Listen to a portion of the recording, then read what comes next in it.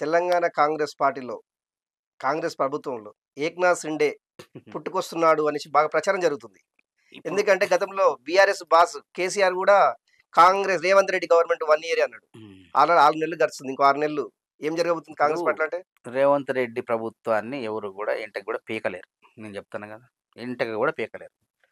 రేవంత్ రెడ్డి ప్రభుత్వం, కాంగ్రెస్ ప్రభుత్వం రాహుల్ గాంధీ గారి ఆశీస్సులతో, మల్లికార్జున ఖర్గే గారి ఆశీస్సులతో, ప్రియాంక గారి ఆశీస్సులతో 10 ఏళ్ళు ఉంటది. నేను చెప్పడమే గాదు. ఉప ముఖ్యమంత్రి బట్టి విక్రమార్క గారన్నారు. కోమటిరెడ్డి వెంకటరెడ్డి గారన్నారు. ప్రజలంటున్నారు. కూలుద్దాం అని మాట్లాడినోళ్ళు ఏ విధంగా కుప్పకూలిపోయారో మనం చూసినాం పార్లమెంట్ ఎన్నికలు. ఇంకెక్కడ కూలిపోద్ది చెప్పండి? కూలుద్దామనే ఆలోచన వచ్చిన వాళ్ళనే ప్రజలు కూల్చేశారు. పార్లమెంట్ ఎన్నికల్లో 14 స్థానాల్లో 3వ స్థానానికి పడేశారు. ఇంకెక్కడ కూలుస్తారు? ఇక వాళ్ళు కూలబడి లెగటానికి 10 ఏళ్ళు టైం పట్టింది.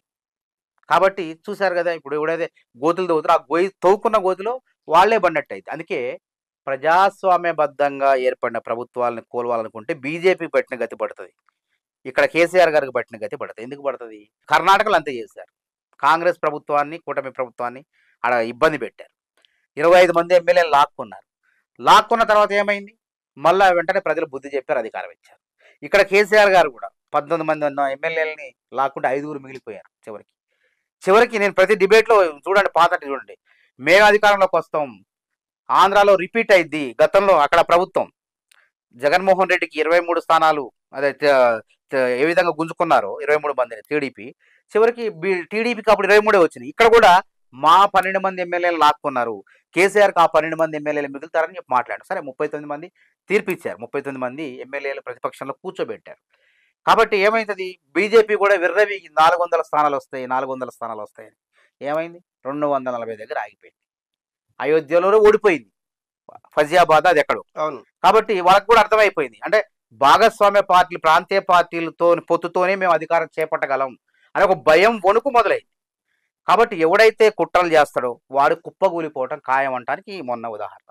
సత్తుపల్లిలో మనవతరాయికి ఎమ్మెల్యే టికెట్ విషయంలో నిరాశ తగిలింది. కాంగ్రెస్ పార్టీ పైన గానీ, రేవంత్ రెడ్డి ప్రభుత్వం పైన గానీ ఏం డిమాండ్ చేయాలనుకుంటారు మీకు? నేను కష్టపడతా పార్టీ కోసం. నేను ఎంత కష్టపడినో అందరికీ తెలుసు. నిరుద్యోగులందరూ పార్టీలో అందరు అదే కష్టపడతారు. అందరంటే నాది వేరుంది. అలాగా పోలీసు కేసులు ఎదుర్కొని ఇంటెలిజెన్స్ రిపోర్ట్లు కానీ చూడండి. మానవతరాయి కష్టం ఉందా? కొలమానం పెట్టండి, తరాజులో తూయండి. మానవతరాయి ఎక్కువ ఉంటుంది కష్టం. అంటే అట్లని నేను ఒక్కడే అని కాదు. అంటే విద్యార్థి నిరుద్యోగులను ఓయూ వేదికగా చేసుకొని కేసీఆర్ పైన పెద్ద ఎత్తున కొట్లాడిన దాంట్లో మానవతరాయి ఉంటుంది. ఆ ప్రభుత్వం నిరుద్యోగులతోనే కదా 1.80 ఓట్లతోనే కదా 1,80,000 ఓట్లతో ఓడిపోయింది ప్రభుత్వం. అది నిరుద్యోగుల్నే. అంటే కుప్ప పేర్చి పేర్చి పేర్చి పేర్చి పేర్చి నేను సత్తుపల్లిపోయాను. అంతకుముందు టీఎస్పీఎస్ మీద పోరాటం చేసింది ఎవరు? మానవతరాయి. ఎక్కడ ఏ నిరుద్యోగ సమస్య వచ్చినా పోరాటం చేసింది మానవతరాయి.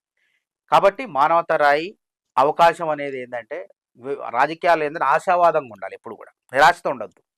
నిరాశతో ఉంటే మనం ఎదగలేము, ముందుకు పోలేము. అట్లా ఇప్పుడు చాలామంది రాజకీయ నాయకుల జీవితాలు చూడండి. ఇప్పుడు రేవంత్ రెడ్డి గారు 15 ఏళ్ళు 20 ఏళ్ళు ప్రతిపక్షంలో ఉన్నారు. తర్వాత అవకాశం వచ్చింది.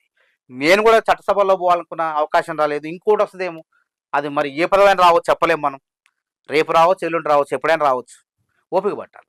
ఇక ఓపిక పట్టిన తర్వాత ఏమైతే మనం చూసుకోవాలి. అంతేగాని ఇంతటితో టికెట్ రాలేదు అని అంటే మనం ఇంకా రాజకీయంగా ప్రజల కోసం మనం పనిచేయలేం. మన రాజకీయాల్లోకి వచ్చింది ఎందుకు? ప్రజల తరపున మాట్లాడాలి. అధికారంలో ఉంటే వాళ్ళు పోరాటాలు చేయకుండా వాళ్ళ సమస్యని ప్రభుత్వం దగ్గర తీసుకుపోవాలి. నిన్న జూనియర్ పంచాయతీ సెక్రటరీలు వచ్చారు. ఏది అవుట్ సోర్సింగ్ పంచాయతీ సెక్రటరీలు వచ్చారు. అన్నా నాకు ఫోన్ చేశారు.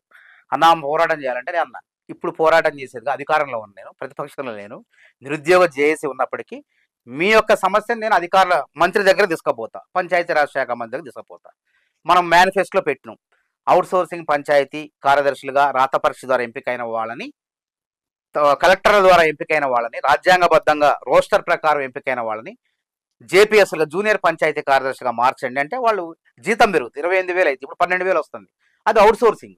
ఇది చేస్తే ఉద్యోగ భద్రత వస్తుంది జేపీఎస్గా మారిస్తే అని చెప్పి సీతక్క గారికి ఇస్తే, సీతక్క గారు కూడా ప్రయత్నం చేస్తా సానుకూలంగా. మనం మేనిఫెస్టోలో చెప్పినాం. సీతక్క గారు నేను కూడా ప్రతిపక్షంలో ఉన్నప్పుడు ఒకే వేదిక మీద వాళ్ళ తరఫున మాట్లాడాను. కాంగ్రెస్ మేనిఫెస్టోలో కూడా ఉంది. ఈ విధంగా పరిష్కరిస్తా అని చెప్పి నా దగ్గరకు వచ్చి ఎవరైతే పోరాటం చేయాలని వస్తారో వాళ్ళందరినీ ప్రభుత్వం దగ్గర తీసుకుపోయి వీళ్ళ సమస్య ఇది, వీళ్ళ పరిష్కరించండి అని చెప్తున్నా.